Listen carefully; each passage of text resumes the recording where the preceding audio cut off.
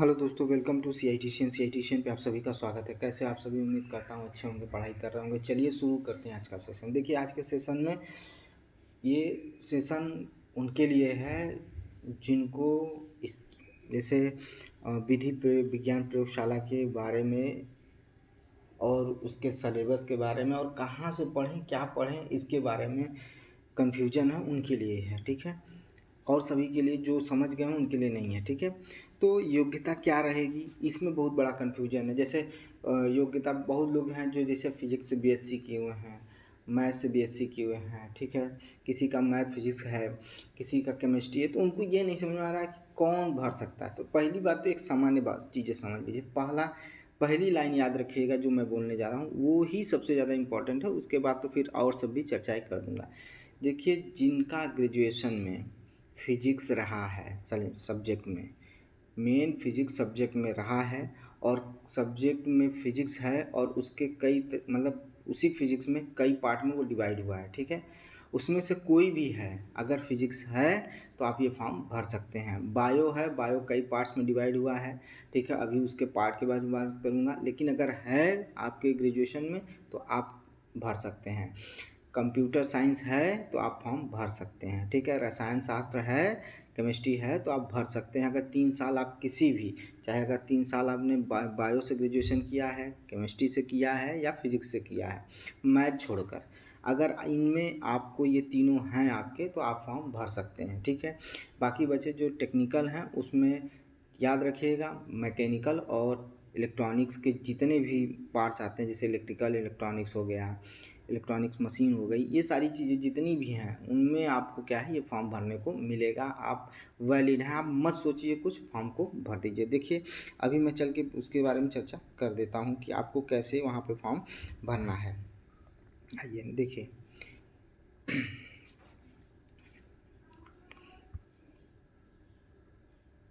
चलिए चर्चा करते हैं। यहीं समझ जाइएगा, आप यहीं चीज़ों को समझ लेंगे, आपकी चीज़ें समझ में आ जाएंगी। देखिए, साइंटिफिक असिस्टेंट यानी वैज्ञानिक सहायक और लैब असिस्टेंट दोनों के बारे में है। ठीक है, समझिएगा चीज़ें। जैसे जीव विज्ञान बायोलॉजी में है, तो जीव विज्ञान जैसे होता है ना कि मैं बायो से पढ़ रहा हूँ, ठीक है, मेरा सब्जेक्ट ही जीव विज्ञान है, वो भी भर सकते हैं। विधि विज्ञान यानी फॉरेंसिक साइंस है, अगर है तो वो भी आप कर सकते हैं।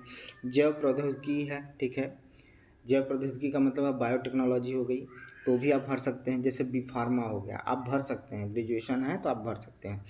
जीव रसायन विज्ञान हो गया, ठीक है, तो बायो केमिकल या केमिस्ट्री विज्ञान हो गया, वो भी भर सकते हैं। अनुवांशिक विज्ञान, हमारे बीएचयू में भी अनुवांशिक विज्ञान एकदम अच्छे से चलता है, आप फॉर्म भर सकते हैं, जो जेनेटिक साइंस में आते हैं, तो ये वाले भर सकते हैं। यानी मैंने फिर कह रहा हूँ कि जो लोग जिनका बायो सब्जेक्ट रहा है 3 साल बीएससी में, वो फॉर्म भर सकता है। ठीक है, वही चीज़ जो लैब असिस्टेंट हैं उनके लिए भी है। एकदम कन्फ्यूजन नहीं करना है, कन्फ्यूज नहीं होना है। लैब असिस्टेंट के लिए भी यही जो है चारों पांचों है, जिनका बायो में ग्रेजुएशन में बायो है सब्जेक्ट, 3 साल लगातार, वो फॉर्म भर सकते हैं। आइए चला जाए, अब आता है कि भौतिक क्षेत्र में, फिजिकल में, जैसे भौतिक शास्त्र हो गया, जैसे आप लोग कहते हैं कि अरे मैं फिजिक्स से बीएससी कर रहा हूँ। विधि विज्ञान वही चीज़, नाभिकीय विज्ञान वही चीज़, उपकरणीय विज्ञान और इलेक्ट्रॉनिक विज्ञान अगर है आपका तो आप फॉर्म भर सकते हैं। वही चीज़ इसमें भी लगेगा, लैब असिस्टेंट में। आइए आगे चलें। कह रहा है कि बायो बीटेक में कौन कौन सा हो सकता है, ये किसके लिए बता रहा हूँ, बीटेक वाला किसके लिए बता रहा हूँ, आप जान लीजिए।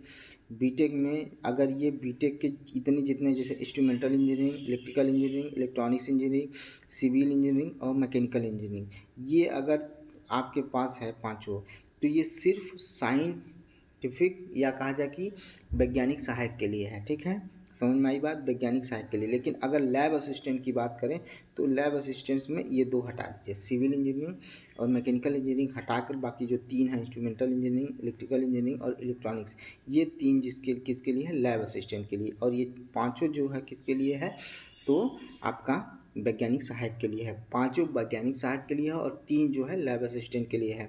लैब असिस्टेंट में सिविल और मैकेनिकल इंजीनियरिंग वाले नहीं आएंगे। ठीक है, आगे बढ़िए।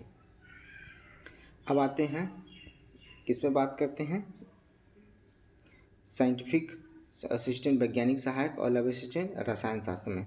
तो रसायन में अगर आपका बीएससी में केमिस्ट्री है, चाहे किसी भी पैटर्न में हो, किसी भी पार्ट में हो, ठीक है। जैसे अगर आपका होता है कि रसायन शास्त्र पढ़ते हैं, विधि विज्ञान पढ़ते हैं, जीव रसायन विज्ञान पढ़ते हैं, तो भी आप फॉर्म भर सकते हैं। आपको सोचने की ज़रूरत नहीं है। अगर आपका ग्रेजुएशन में रसायन शास्त्र है, केमिस्ट्री है, तो आप फॉर्म भर सकते हैं। अगर आप 3 साल केमिस्ट्री से ले रहे हैं तो फॉर्म भर सकते हैं, उसके लिए नहीं सोचिएगा आप, ठीक है। आइए, और वो दोनों के लिए, साइंटिफिक असिस्टेंट के लिए और लैब असिस्टेंट दोनों के लिए। आइए आगे बात करते हैं कंप्यूटेशन में।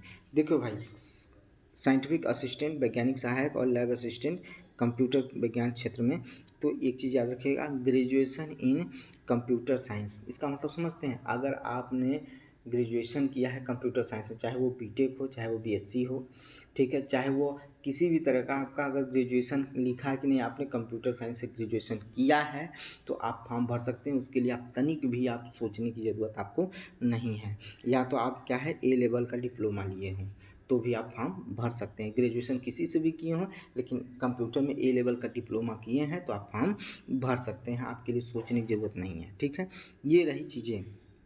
अब दूसरी बात उठ के आती है, क्या पढ़ें, क्या पढ़ना है हमें, वो उस पर चर्चा कर लेते हैं, ठीक है। चलिए आइए चर्चा कर लेते हैं, क्या पढ़ना है आपको।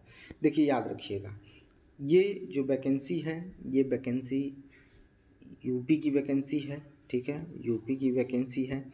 अब यूपी की वैकेंसी है और जो टॉपिक दिए हुए हैं, आप साफ साफ जाइए एनसीईआरटी खोलिए, उसमें आपको मिल जाएगा, ठीक है। यूपी में एससीईआरटी भी चलता है, ठीक है, ये भी खोल लीजिए, आपको सारे टॉपिक देखने को मिल जाएंगे। आपको कंफ्यूज नहीं होना, नहीं है तो देख लीजिए, अभी दिखा देता हूँ। ये है आपका, 2 मिनट रुकिएगा, ये खुल जाएगा। अब उससे पहले ये चीज़ को समझिए, जो भी टॉपिक है आप टॉपिक को देखिए, पहले सलेबस निकाल लीजिए, सलेबस को अच्छे से एनालाइज करिए कि ये चीज़ें इसमें दी हुई हैं और यही चीज़ें हमको पढ़ना है। जब तक आप सलेबस नहीं समझेंगे तब तक आप पढ़ नहीं पाएंगे, ठीक है, पहली चीज़। दूसरी चीज़, सलेबस एनालाइज हो गया, उसके बाद एनसीईआरटी की बुक उठाइए, लगातार बुकों को पढ़ना शुरू करिए और उसमें सेलेक्टेड टॉपिक एकदम दिया हुआ है कि ये टॉपिक है, ये हमें पढ़ना है। वही चीज़ एससीईआरटी से भी पढ़ लीजिए, एनसीईआरटी से भी पढ़िए और एससीईआरटी से भी पढ़िए। आप जब पढ़ेंगे तो आपको खुद क्लियर होगा, हाँ ये सारी चीज़ें मुझे मिल रही हैं। कहाँ मिल रही हैं? तो एससीईआरटी और एनसीईआरटी में मिल रही हैं, पहली चीज़। दूसरी चीज़ सुनिए ध्यान से, दूसरी चीज़ मैं बताने चल रहा हूँ। क्या बताने चल रहा हूँ? अगर आपको एससीईआरटी और एनसीईआरटी पढ़नी है तो यूट्यूब पर बहुत सारे चैनल हैं जो एकदम सिंपल लैंग्वेज में आपको पढ़ाए हैं, आप वहाँ से भी पढ़ सकते हैं। कम समय में आपका सिलेबस तैयार हो जाएगा। ये चीज़ हो गया। कुछ एडवांस चीज़ें दी हुई हैं, कुछ एडवांस चीज़ें इसमें दी हैं जिनका यूट्यूब पर फ्री में आपको मिल जाएगा। आप उन टॉपिकों को डालिए, सर्च करिए, आपको वो टॉपिक आराम से मिलेंगे। उसमें कुछ सोचना नहीं है, आपको वो टॉपिक आराम से मिलेंगे। आपको सोचने की ज़रूरत ही नहीं है कि नहीं मुझे अलग से कुछ पढ़ना है, कुछ अलग करना, नहीं, कुछ करने की ज़रूरत नहीं। वो टॉपिक आपको मिलेंगे, भली भांति आपको मिलेंगे, कोई सोचने की ज़रूरत ही नहीं है, ठीक है। और इस तरह से आपका पूरा सिलेबस कंप्लीट हो जाएगा। जब सिलेबस कंप्लीट हो जाए, जब आप पढ़ लीजिएगा, कम से कम 3 से 4 बार पढ़ लीजिएगा, उसके बाद आप मॉक टेस्ट लगाना शुरू करिए। मॉक टेस्ट के लिए कई सारे ऐप हैं, बुक भी, कॉपी भी, आपको मॉक टेस्ट की टेक्स्ट बुक भी मिल जाएगी, वहाँ से भी करिए। ऐप पर भी आपको टेक्स्ट बुक मिल जाते हैं, जैसे आपको क्वेश्चन मिल जाएंगे, उनको सॉल्व करिए। इस तरह से कर लीजिए और फिर प्रीवियस ईयर क्वेश्चन लगा लीजिए, आपकी तैयारी पूरी हो जाएगी, ठीक है। और एक चीज़ आता है, अभी दिखा देता हूँ मैं। इस पर चर्चाएँ हो गई हैं तो मैं इस पर चर्चा नहीं करूँगा। देखिए आइए, जैसे दिया है यहाँ पर सिलेबस दिया है, जैसे क्वेश्चन कहाँ से पूछेंगे। देखिए क्वेश्चन आपका पूछा जाएगा, देखिए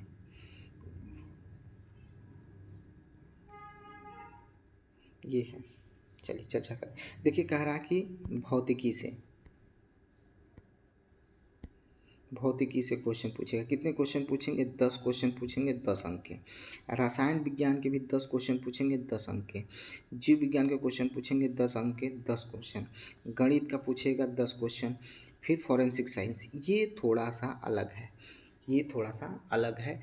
इसके लिए आपको कहते हैं कि जब अभी नीचे सिलेबस दिया हुआ है, उसमें आप देखेंगे टॉपिक दिया हुआ, उन टॉपिक को आप सर्च करेंगे तो भी आपको मिल जाएगा। नहीं तो इसकी काफ़ी बुकें आपको मार्केट में अवेलेबल है, वहाँ से खरीद को इसको प्रिपरेशन करिए। सारे क्वेश्चन आपके फंसेंगे, कोई ऐसा क्वेश्चन नहीं होगा कि जो नहीं फंसेगा। बाकी अगर फिर भी आपको लगता है कि नहीं मुझे तैयारी नहीं हो रही है, तो ज़्यादा से ज़्यादा लोग कमेंट करिएगा, ज़्यादा से ज़्यादा लोग इसको शेयर करिए।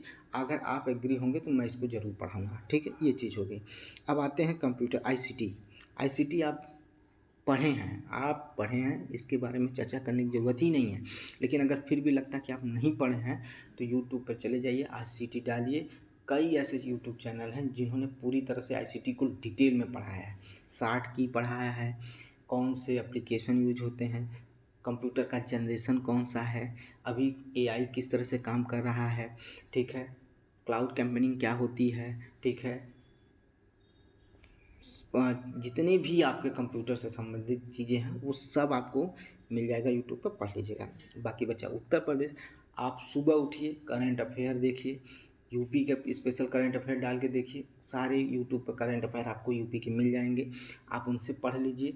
बस उसके बाद मॉक टेस्ट करिए, सारी चीज़ें आपको अवेलेबल हैं, फ्री में अवेलेबल है, आपको ख़रीदने की ज़रूरत नहीं है। मैं तो यही सजेशन करूँगा कि फ्री में अवेलेबल है।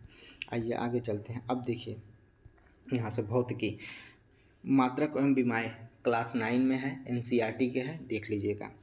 अदिश सदिश ये भी मिल जाएगा, देख लीजिएगा। द्वियामी गति ये भी मिल जाएगा। न्यूटन का गति के नियम 9, 10 दोनों में है, 8 में भी है, 9, 10 दोनों में भी है। शक्ति भी है, वृत्तीय गति भी है, गुरुत्वाकर्षण भी है, संवेग और टक्कर भी है, घूर्णन गति भी है, सरल आवर्त गति, प्रत्यास्था प्रत्यास्था। ये सब आपको हाई स्कूल 9th 8th की बुक में एकदम तीनों यही पढ़ लीजिए, ये सारी टॉपिक आपको उसमें मिल जाएंगे।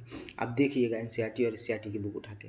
ऊष्मागतिकी ये भी आपको मिल जाएगा, आप उठाइएगा। संवहन, विकिरण, चालन ये सब आपको मिलेंगे, 8, 9, 10 के NCERT SCERT में मिलेंगे। एक भी टॉपिक आपका इधर उधर नहीं जाएगा।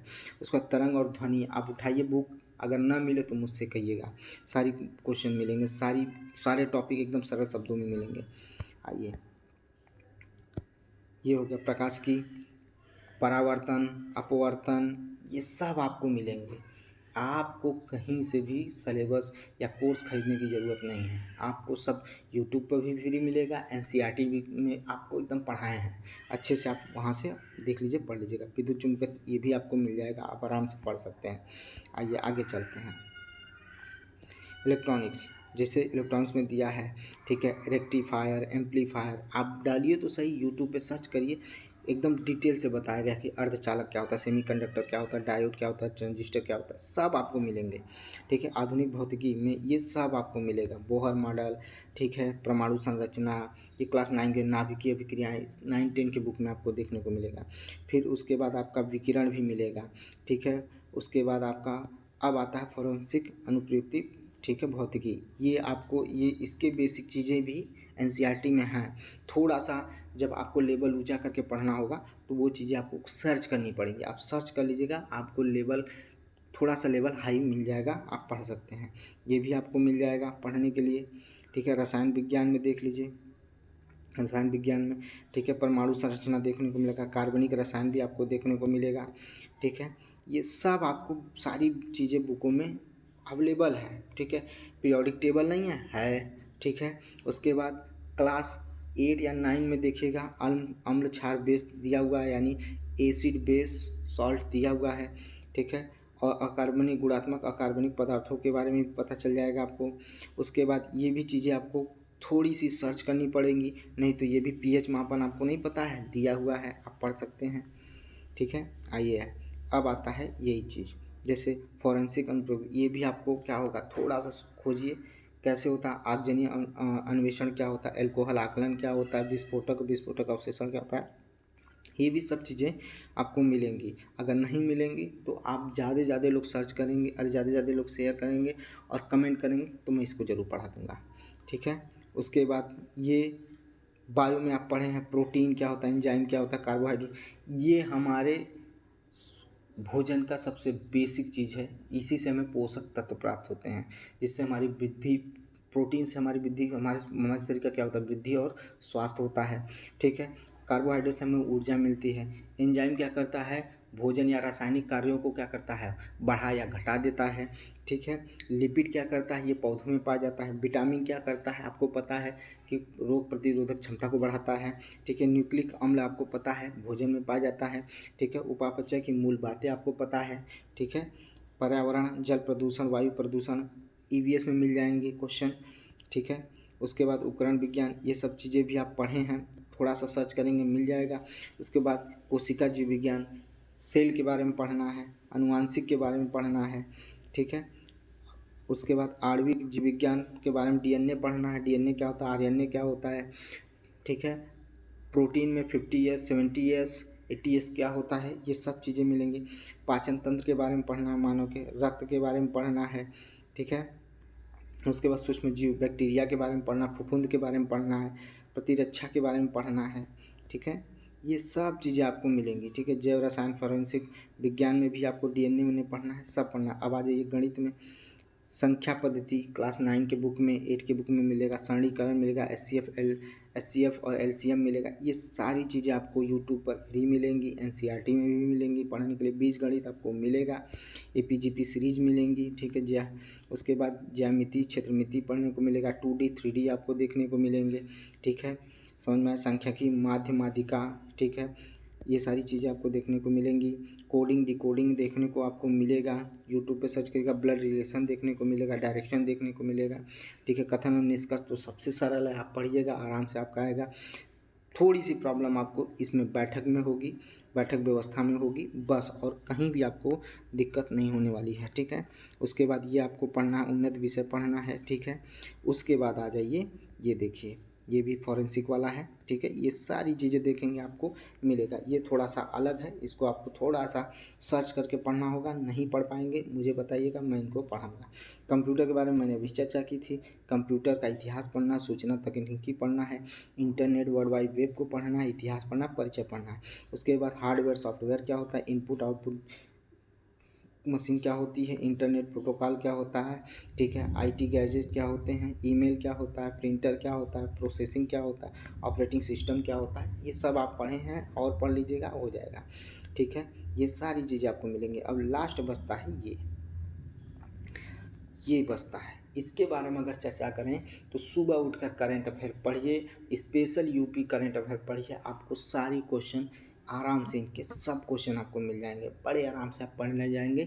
आपको नहीं कहीं कोर्स खरीदना है ना कुछ करना है, सब यूट्यूब पर अवेलेबल मिल जाएगा। हाँ, इसको पढ़ने के बाद अगर आप मॉक टेस्ट नहीं लगाते हैं, आपका क्वेश्चन सॉल्व नहीं होगा, ठीक है। अगर आप इनको पढ़ने के बाद मॉक टेस्ट लगाते हैं, जो त्रुटियां हो रही हैं उनको फिर रिवाइज करेंगे, सारी चीज़ें आपकी तैयार हो जाएंगी। बस इसमें यही बताना था, इससे ज़्यादा इसमें कुछ नहीं है। अब हमें लगता है कि इस पर वीडियो बनाने व्यर्थ है या कहीं और आपको भटकने की ज़रूरत नहीं है, ठीक है। मिलते हैं नेक्स्ट वीडियो में, और अगर मेरी वीडियो अच्छी लग रही तो लाइक करिए, शेयर करिए, सब्सक्राइब करिए इस चैनल को। मिलते हैं, थैंक यू।